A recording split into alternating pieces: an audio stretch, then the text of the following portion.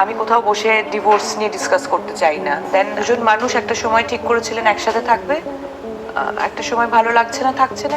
এত ছোট ছোট বাচ্চাকে রেখে রাজকে ডিভোর্স দিতে লজ্জা লাগলো না? এবার শুভশ্রীকে এরকম কথা বললে অপমান করলেন অভিনেতা অঙ্কুশ। সবাই জানেন রাজের জীবন থেকে অনেক দূরে সরে গেছেন শুভশ্রী। এদিকে মা বাবার বিচ্ছেদে ভীষণ কষ্ট পাচ্ছেন ইউবান ও ইয়ালিনী।